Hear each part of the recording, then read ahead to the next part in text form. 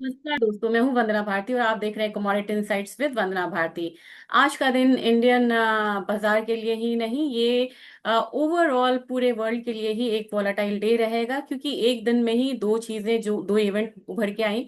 पहला तो हमें पता था कि यहाँ पे फेड का इंटरेस्ट रेट मीटिंग होना है, और पॉवेल और ट्रम्प में कोई बहुत ज्यादा यहाँ पे जो इक्वेशंस हैं वो अच्छे नहीं हैं।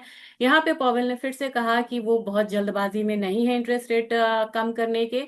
ये बात तो तय थी कि वो इंटरेस्ट रेट कम नहीं करेंगे इस बार, लेकिन ये था कि सितंबर महीने से इंटरेस्ट रेट कम हो सकता है।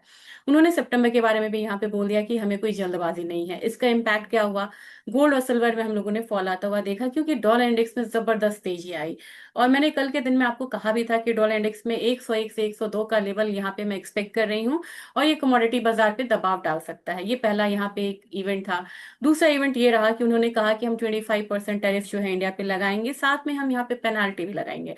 तो 25%, उन्होंने बोला था पहले कि 15 से 25%। तो उन्होंने क्या करा है, उन्होंने अपर बैंड को पकड़ा है, अपर बैंड को पकड़ा है, और साथ में उन्होंने एक और चीज डाली है यहाँ पे कि हम पेनाल्टी लगाएंगे। पेनाल्टी क्यों लगाएंगे? क्योंकि जो रशिया से आप यहाँ पे क्रूड इंपोर्ट करते हो। अब रशिया से हम यहाँ पे मैंने छोटा सा पीपीटी रखा है, मैं आज आपसे शेयर करूंगी। 45% यहाँ पे हम रशिया से इंपोर्ट करते हैं। और इंडिया यहाँ पे रशिया से करे भी क्यों ना, क्योंकि यहाँ पे क्वालिटी वाइज देखेंगे तो रशिया का crude as compared to US का क्रूड यहाँ पे काफी अच्छी क्वालिटी का है। दूसरी बात यह है कि हमें रशियन क्रूड अच्छे प्राइस पे मिलता है, और हम अपने इकोनॉमी में जितना हमारा कंजम्पशन होता है उसका लगभग लगभग 70-80% क्रूड जो है वो हम इंपोर्ट करते हैं। हम इंपोर्ट डिपेंडेंट है हेविली। और सबसे ज्यादा जो हमारा खर्चा है, अगर देखा जाए इंपोर्ट का, तो सबसे बड़ा खर्चा हमारा क्रूड का होता है। तो क्रूड एक बड़ा मुद्दा है, जहां पे कि ट्रम्प चाह रहे हैं कि हम उनसे इंपोर्ट करें, इंपोर्ट बढ़ाएं, और रशिया से इंपोर्ट को कम करें। ये बात हो गई। मार्केट ने रिएक्शंस क्या दिए? तीसरा आपको यहाँ पे तीसरी घटनाएं मैं बताना चाहूंगी कि इन्होंने फिलहाल फिलहाल, क्योंकि यूएस ने कहा कि हम 50% जो टैरिफ है वो कॉपर के इंपोर्ट पे लगाएंगे, लेकिन अब उन्होंने कहा एग्जम्प्ट करा। अब यहाँ पे टेक्निकली चीजों को देखिए कि हम रिफाइंड कॉपर पे वो टैरिफ नहीं लगाएंगे, और यूएस क्या करता है, वो रिफाइंड कॉपर को इंपोर्ट करता है। तो मार्केट में हुआ क्या? टैरिफ के इम्पोज होने से पहले जबरदस्त आयात हुआ था यूएस में, और यूएस ने हर जगह से इंपोर्ट करा था कॉपर को। और कॉपर में यहाँ पे बहुत ज्यादा प्रीमियम पे ट्रेड हो रही थी ये commodity, as compared to LME. अब एलएमई से यहाँ पे कहानी ये बनती है कि एलएमई पे ये सस्ता ट्रेड हो रहा था, यूएस में ये महंगा ट्रेड हो रहा था। और उसके बाद हमने ये कह दिया कि ठीक है, हम रिफाइंड इंपोर्ट, अब हमने जब बड़े प्राइस पे मंगा लिया, बहुत सारा इंपोर्ट हमारा हो गया, तब हम कह रहे हैं कि हम तो रिफाइंड कॉपर मंगाते थे, चलो हम रिफाइंड कॉपर पे यहाँ पे टैरिफ नहीं लगाएंगे। तो ये यहाँ पे इसकी वजह से एक दिन में 19% का सबसे बड़ा इंट्राडे फॉल हम लोगों को देखने को मिला कॉपर में। तो यहाँ पे स्पेकुलेटिव एक्टिविटीज जो कहते हैं, उनको ये समझना होगा कि गवर्नमेंट के प्रेशर से और गवर्नमेंट के स्टेटमेंट से कमोडिटी में बहुत ज्यादा मूव आती है। And it is not always about speculative activities and positions. तो यहाँ पे स्टेटमेंट का फर्क आता हुआ हम लोगों ने देखा। 12 मिनट के फॉल में $12 बिलियन वाइप आउट हुआ है मार्केट से कॉपर में। इसलिए मैं कहती हूँ कि आपको ना स्टॉप लॉस जरूर यहाँ पे लगाना चाहिए, और कैरी फॉरवर्ड इसमें ना करें। तभी मैं बार बार बोलती कि अभी का जो मार्केट है इसमें कैरी फॉरवर्ड नहीं करना चाहिए। ये चीज हो गई। आज थोड़ा सा मैं यहाँ पे कोशिश करूंगी कि हल्का एक छोटा सा पीपीटी मैंने बनाया था, उसको देखते हुए हम यहाँ पे बात करेंगे, और समझेंगे मार्केट को। अगर समझेंगे नहीं तो आप यहाँ पे अच्छे से ट्रेड नहीं कर पाएंगे, और आपको ये नहीं पता चलेगा कि हमें एंट्री और एग्जिट कैसे यहाँ पे करना है। घटनाक्रम को समझना बहुत जरूरी है, क्योंकि कमोडिटी में या इक्विटी हो, यहाँ पे जो मूव आ रही है, ये मूव आपको इवेंट से आ रही है, ना कि ओवरऑल जो डिमांड सप्लाई सिचुएशंस है उससे आ रही है। उससे तो आ रही है, लेकिन ये इवेंट रिस्क काफी ज्यादा हो गया। तो ये तो ट्वीट आपको अब आप देख चुके होंगे काफी बार, मैं से नहीं बताना चाहूंगी बहुत ज्यादा। बस इतना हम मोटा मोटी इसमें जानेंगे हुआ क्या है। All things not good, India will therefore be paying a tariff of 25%, ये इसमें काम की बात है। Plus a penalty for the above. अब यहाँ पे पेनाल्टी भी यहाँ पे देंगे, क्योंकि हम रशिया से इंपोर्ट करते हैं। आगे चलिए, अब यहाँ पे हम देखते हैं कि क्या हम इंपोर्ट करते हैं। तो हमारा ऐसा नहीं कह सकते कि हम पे कोई इम्पैक्ट नहीं आएगा, but together we can do it. अगर रशिया पे इन्होंने सैंक्शंस करा था, तो रशिया ने अपना नया मार्केट ढूंढा, और उनका जो क्रूड इंपोर्ट है वो एक्सपोर्ट है वो ज्यों का त्यों रहा। उन्होंने नई मार्केट की यहाँ पे मतलब खोज की और वहां पे वो ऑलरेडी ट्रेड कर रहे हैं, उनके ट्रेड में कोई दिक्कत नहीं आई। तो यहाँ पे फॉर द टाइम बिंग हमारा जो बाजार है ये थोड़ा सा नर्वस जरूर होगा, लेकिन ये अपना न्यू ट्रेडिंग पार्टनर्स ढूंढेगा। अब आप कहेंगे कहना बहुत आसान है, करना बहुत मुश्किल है। एक एग्जांपल मैं बस मैं दे रही हूँ। सोयाबीन का कौन सा प्रोड्यूसर है? सोयाबीन का प्रोड्यूसर यूएस है। हम सोयाबीन को इंपोर्ट करते हैं। अब यहाँ पे ये इंडिया ने क्या किया है कि उसने सोयाबीन का जो इंपोर्ट है, बड़ा रेयर होता है ये देखने में, उन्होंने चाइना से शुरुआत करी है। तो हम नई मार्केट को ढूंढेंगे, चाहे वो इंपोर्ट के लिए हो या एक्सपोर्ट के लिए हो। और ये न्यू ट्रेड एस्टेब्लिशमेंट जो है, ये पूरा 24 25 26 जो है ना, ये न्यू ट्रेड एस्टेब्लिशमेंट के लिए यहाँ पे जाना जाएगा। और ओवरऑल देखा जाए तो यूएस से हमारा जो इंपोर्ट है कम है, एक्सपोर्ट हमारा ज्यादा है। तो हम ये नहीं कह सकते कि हमारा इम्पैक्ट तो बिल्कुल नहीं आएगा, इम्पैक्ट आएगा, लेकिन इम्पैक्ट को आप धीरे धीरे यहाँ पे कम होता हुआ भी देख सकते हैं। It will take time. हम कहाँ पे इंपोर्ट कर रहे हैं सबसे ज्यादा, एक्सपोर्ट कर रहे हैं? तो हमारा एक्सपोर्ट शेयर सबसे ज्यादा इलेक्ट्रॉनिक्स में है, जिम्सन ज्वेलरी में है, फार्मा में है। फार्मा का इन्होंने काफी ज्यादा इंपोर्ट कर लिया हुआ था, और जेम्सन ज्वेलरी जो पहले से ही प्रेशर में थी, वो इंडस्ट्री यहाँ पे प्रेशर में आ सकती है, और इलेक्ट्रॉनिक्स में इसका जो इम्पैक्ट है वो देखने को मिलेगा। अब इंडिया का यहाँ पे क्या स्टैंड आया है ये देखना जरूरी है। इंडिया का स्टैंड आया है, ट्रम्प के बयान के बाद भारत दो टूक जवाब, राष्ट्रीय हित के साथ कोई समझौता नहीं होगा। हमारी बात कहाँ अड़ी थी? सबसे ज्यादा हमारी बात जो अड़ी थी, ये अड़ी थी एग्री कमोडिटीज में। एग्री कमोडिटीज में ये जीएम फूड को बोलते हैं कि आप हमारा जीएम फूड लो। अब आपको एक चीज मैं बताना चाहूंगी, क्योंकि आप यहाँ पे व्यूअर्स हैं, आपको जानना चाहिए कि इंडिया क्यों इसके लिए फाइट कर रहा है। अगर आप जीएम फूड लेते हैं या उसको फिर उगाते हैं, वो जो है इससे काफी ज्यादा मतलब परेशानी होती है, हेल्थ इश्यूज भी आते हैं। दूसरी बात यह है कि अगर वो जीएम फूड आप अपने उसमें उगाना शुरू कर देंगे उसके बीज से, तो वो जो मिट्टी है, वो मिट्टी जीएम फूड के अलावा फिर कुछ नहीं उगा पाती है। तो सॉइल हेल्थ और ह्यूमन हेल्थ दोनों यहाँ पे काफी ज्यादा इंपॉर्टेंट है।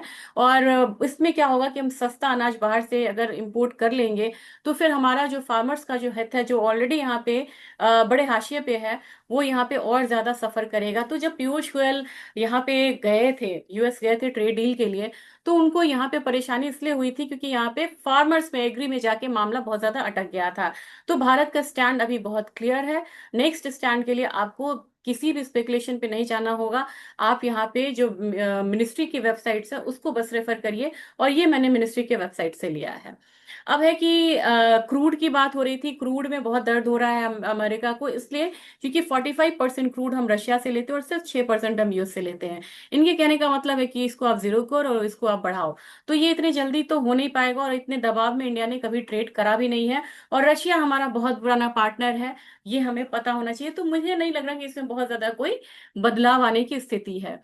दूसरी चीज ये है कि गोल्ड प्राइसेस काफी ज्यादा ऊपर गया था। तो मैं आपसे एक चीज दिखाना चाह रही थी, बस ये बहुत इंटरेस्टिंग डेटा है यहाँ पे। आप देखेंगे तो ये देखिए कि गोल्ड को प्रोड्यूस करने का खर्चा जो है $1533 है, और ये अभी चल रहा है $3300 भी मान लें। तो आपको इतना बड़ा गैप जो है, सबसे बड़ा गैप अभी जो माइनर्स हैं वो एंजॉय कर रहे हैं गोल्ड प्राइस में।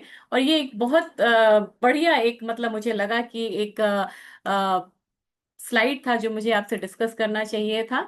ये चीज हो गई। अब हम कॉपर के बारे में एक अपडेट जानना जरूरी है, ये मैं शेयर करके फिर मैं फटाफट आती हूँ, बात करेंगे फिर ट्रेडिंग लेवल्स की। कॉपर में अपडेट हुआ। अब हिस्टोरिकल नॉर्म क्या है? हिस्टोरिकल नॉर्म आपको, जो लोग कॉपर में ट्रेड करते हैं उनको जानना चाहिए। जो हमारा traditionally the price difference between copper on COMEX and LME, few cents हमारा होता था, बहुत ज्यादा नहीं होता था। अब ट्रम्प का ये इनिशियल इम्पैक्ट क्या हुआ? Early this year President Trump initial talk of tariff cause US copper price to surge. अब यहाँ पे यूएस कॉपर में यहाँ पे प्राइस का सर्ज हुआ क्योंकि शिपमेंट्स वहां पे बहुत ज्यादा बढ़ा। एस्केलेशन कब हुआ? जब उन्होंने कहा कि हम 50% यहाँ पे टैरिफ लगाएंगे, यहाँ से एस्केलेशन हुआ। अब यहाँ पे रिवर्सल क्या हुआ? अब कल वेंसडे को इन्होंने अनाउंस करा कि हम रिफाइंड कॉपर कैथोड्स जो होता है उसको हम एक्सक्लूड करेंगे 50% टैरिफ पे, while semi finish copper products would still face the लेवाई starting August 1, यानी कि कल से ये होने वाला है। तो इसकी वजह से मार्केट कोलैप्स हुई, 19% का हम लोगों ने फॉल आता हुआ देखा। और आर्बिट्रेज जो था, जो आर्बिट्रेज था, the sharp drop eliminated significant 28% premium on US copper had over LME price. मतलब एलएमई और यूएस के बीच में जो कॉपर प्राइसेस का जो डिफरेंस था वो 28% से यहाँ पे कम हुआ। तो ये एक न्यूज थी जो आपको जानना जरूरी था। आज देखते हैं कि आज की मार्केट में ट्रेडिंग अपॉर्चुनिटीज कहाँ है, कैसे है और किस डायरेक्शन में रहना चाहिए। सबसे पहले डॉलर इंडेक्स आज थोड़ा सा यहाँ पे थमता हुआ नजर आ रहा है। लगभग इसने 100 का आंकड़ा तो छू ही लिया था। अब यहाँ पे नेक्स्ट मुझे 101.66 आने की यहाँ पे उम्मीद है। तो तेजी अभी भी यहाँ पे है। डाउ जोन्स वगैरह में इनके जो स्टॉक्स हैं वो भी गिर रहे हैं। और क्योंकि यहाँ पे इंटरेस्ट रेट कम होने की बात हो नहीं पा रही है। फ्यूचर्स देखा जाए अगर गोल्ड का, तो फ्यूचर्स में यहाँ पे थोड़ा सा डिक्लाइन ही है। एक ग्रीन कैंडल बन रहा है, लेकिन हमारी मार्केट में बहुत ज्यादा यहाँ पे अपसाइड नहीं दिख रहा है, rather डाउनसाइड दिख रहा है। तो हम अपने मार्केट को अपने हिसाब से चलेंगे। मुझे लग रहा है कि गोल्ड प्राइसेस अगर नीचे करेक्ट होता है तो 97,000 तक इनफैक्ट यहाँ पे आता हुआ दिख सकता है। अपसाइड आएगा तो 98,300। अगर आपको नहीं लग रहा है कि मुझे ट्रेड नहीं करना है, प्लीज अवॉइड द ट्रेड। लेकिन अगर करना है तो मुझे लग रहा है कि थोड़ा डाउनसाइड लेवल रहना चाहिए गोल्ड में, क्योंकि अल्टीमेटली यहाँ से सेफ हेवन बाइंग जा रही है। $37.21 के करीब यहाँ पे सिल्वर ट्रेड हो रहा है, और मुझे लग रहा है कि नीचे कहाँ तक आ सकता है, तो 36.87 तक। 36.87 अगर आया तो हमारा बाजार जो है वो गिर के नीचे की तरफ आ सकता है 1,10,000, 1,10,400 के करीब। तो मुझे लग रहा है कि अभी सिल्वर में फॉल जो है वो डीप होगा। और सिल्वर में अगर 1,10,000 नहीं सस्टेन करता है, तब हम यहाँ पे 1,08,000 तक का जो लेवल्स है वो आता हुआ देख सकते हैं। तो ओवरऑल दोनों ही काउंटर में मुझे थोड़ा सा बेयरिशनेस लग रहा है। क्रूड में काफी लोग कह रहे थे कि 6,000 के करीब हमारा सेलिंग है, या हम यहाँ पे सेलिंग में फंसे हुए हैं। मुझे लग रहा है कि क्रूड में अब थोड़ा सा डिक्लाइन आना चाहिए, $68 तक आना चाहिए इसे। और $68 तक आता है, ये भी मैं तब बोल रही हूँ क्योंकि मुझे लग रहा है कि काफी ज्यादा अपसाइड आया है, और ये न्यूज बेस्ड आया है। अगर यहाँ पे अपने बाजार की बात की जाए तो मुझे लग रहा है कि क्रूड ऑयल में हम यहाँ पे 6,000 तक का जो लेवल्स है वो आता हुआ देख सकते हैं। तो वहां पे अगर 6,000, 6,020 भी आता है, तो जिन लोगों की यहाँ पे सेलिंग है वो एग्जिट हो सकते हैं। नेचुरल गैस में लोगों ने कहा कि आप यहाँ पे डिटेल में बताइए नेचुरल गैस के बारे में। नेचुरल गैस में अभी बहुत ज्यादा जो सपोर्ट है वो मिलता हुआ यहाँ पे दिख नहीं रहा है। और मुझे लग रहा है कि इस कमोडिटी में अभी फॉल जो है थोड़ा सा यहाँ पे कंटिन्यू रहने की उम्मीद है। मतलब फियर है मार्केट में, उम्मीद इसको नहीं कहना चाहिए। और होप सो आपको ये विजिबल है।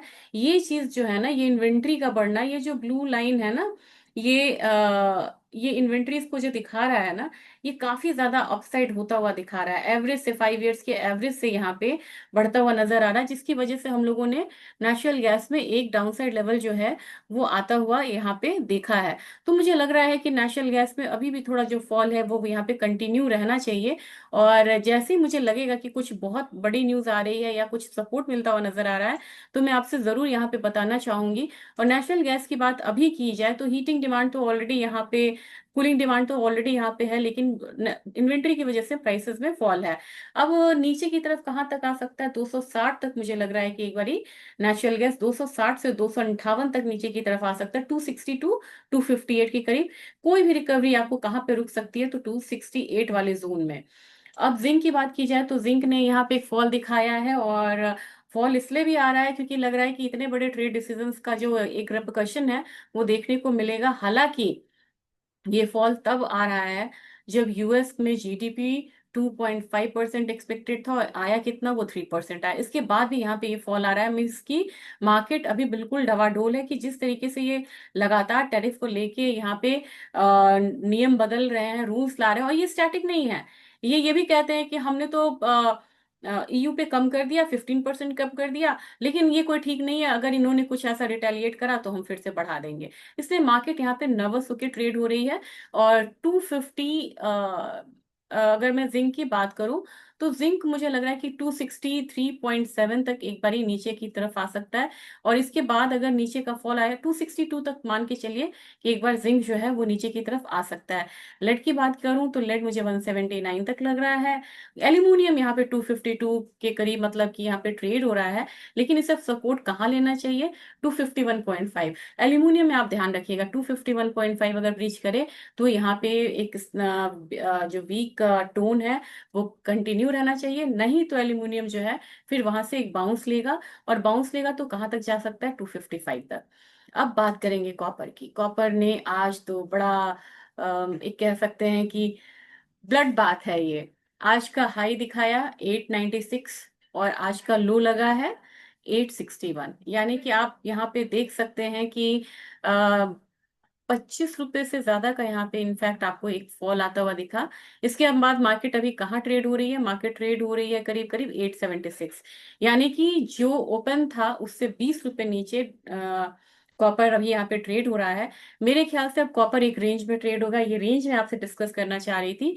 यहाँ पे ये रेंज आपको होना चाहिए 873 से लेके अपसाइड में होना चाहिए 886 वाला जोन होना चाहिए।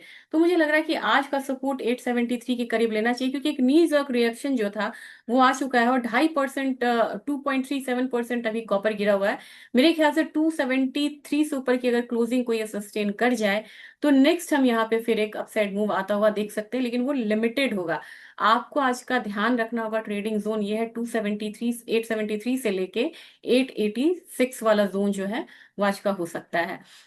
अब बात करेंगे यहाँ पे एग्री काउंटर की। एग्री काउंटर में आज थोड़ा सा प्रेशर जो है वो दिखेगा, और प्रेशर किस पे दिखेगा? टर्मरिक पे दिखेगा। मुझे 12,800 तक लग रहा है कि टर्मरिक नीचे की तरफ यहाँ पे आ सकता है।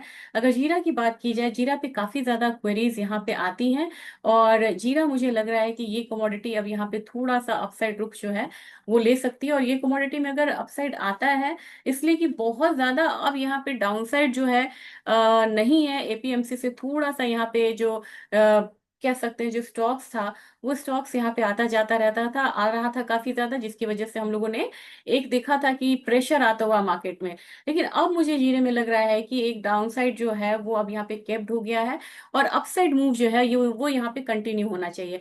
अब आप बोलेंगे कि क्या क्या यहाँ पे एक रीजन है जिसकी वजह से हम जीरे में डाउनसाइड मूव को यहाँ पे कम होता हुआ देख सकते हैं? क्योंकि एपीएमसी से जितना भी यहाँ पे आ रहा था अराइवल्स थे, उसमें वहां पे ड्रॉप जो है वो अब कम हुआ है, अब वो कम होता हुआ चला आया है। ओल्ड स्टॉक्स अभी यहाँ पे बचे हुए हैं, डिमांड यहाँ पे थोड़ा वीक था, लेकिन अब धीरे धीरे धीरे यहाँ पे डिमांड जो है वो निकल के आएगा। प्रोडक्शन यहाँ पे अगर देखा जाए तो 19% कम होने तक की बात हो रही है, इसका भी इम्पैक्ट प्राइसेस पे आएगा। और एक्सपोर्ट डिमांड जैसे ही निकल के आता है तो जीरे में एक अपसाइड मूव हम आता हुआ देख सकते हैं। फिलहाल अगर एक्सपोर्ट डिमांड नहीं भी है तो कहाँ तक प्राइसेस आएगा? तो ये मुझे लग रहा है 19,800 तक एक बारी आ सकता है, और ये रेजिस्टेंस इसका हो सकता है। और धनिया में अब यहाँ पे मुझे लग रहा है कि रैली में एक पॉज आ सकता है, 7,900 तक प्राइसेस ऊपर की तरफ लग रहा है। आज मजबूत है तो मजबूत है ग्वार काउंटर, और ग्वार काउंटर मुझे लग रहा है कि एक बारी 5276 तक आ सकता है। और ग्वार गम में मुझे लग रहा है कि प्राइसेस 9856 तक एक बार आएगा। और कोकुड़ में मुझे लग रहा है कि अपसाइड कंटिन्यू रहना चाहिए 3225 तक। कैस्टर सीड जो है, कैस्टर सीड में आपको 6702 तक का जो लेवल्स है वो आता हुआ दिख सकता है। तो ये काउंटर जो है, एग्री काउंटर, एक बार फिर से बढ़त की तरफ बढ़ने की कोशिश करेगा। और जाने से पहले अगर मैं कहूँ कि आज का ट्रिगर्स यहाँ पे क्या है, इकोनॉमिक कैलेंडर्स में आप क्या क्या मतलब देख सकते हैं, तो मैं शेयर करना चाहूंगी आपसे एक बारी इकोनॉमिक कैलेंडर्स। थोड़ा सा पेशेंस रखिएगा, क्योंकि ये आपको आज का ट्रिगर बताएगा। आज के ट्रिगर में आप देख चुके हैं कि मैन्युफैक्चरिंग पीएमआई चाइना का कमजोर होकर आया, इसकी वजह से भी हम लोगों ने बेस मेटल पे कमजोरी आता हुआ देखा है। ये तो पता था कि बैंक ऑफ जापान का इंटरेस्ट रेट डिसीजन अनचेंज रहेगा। आज यहाँ पे आने वाला है पीसी प्राइस इंडेक्स 2.7%, यहाँ पे ये अनचेंज है, तो बहुत ज्यादा फर्क नहीं पड़ेगा। जॉबलेस क्लेम पे ज्यादा लोग आ रहे हैं, और शिकागो पीएमआई यहाँ पे इम्प्रूव हो रहा है। ओवरऑल डेटा एक रेंज बाउंड मूवमेंट को ही दिखा रहा है। तो ये आज का अपडेट था। आप होप सो आप लोगों को अच्छा लगा होगा। और यहाँ पे ट्रेडिंग करिए, संभल के ट्रेडिंग करने की बहुत जरूरत है। Thank you.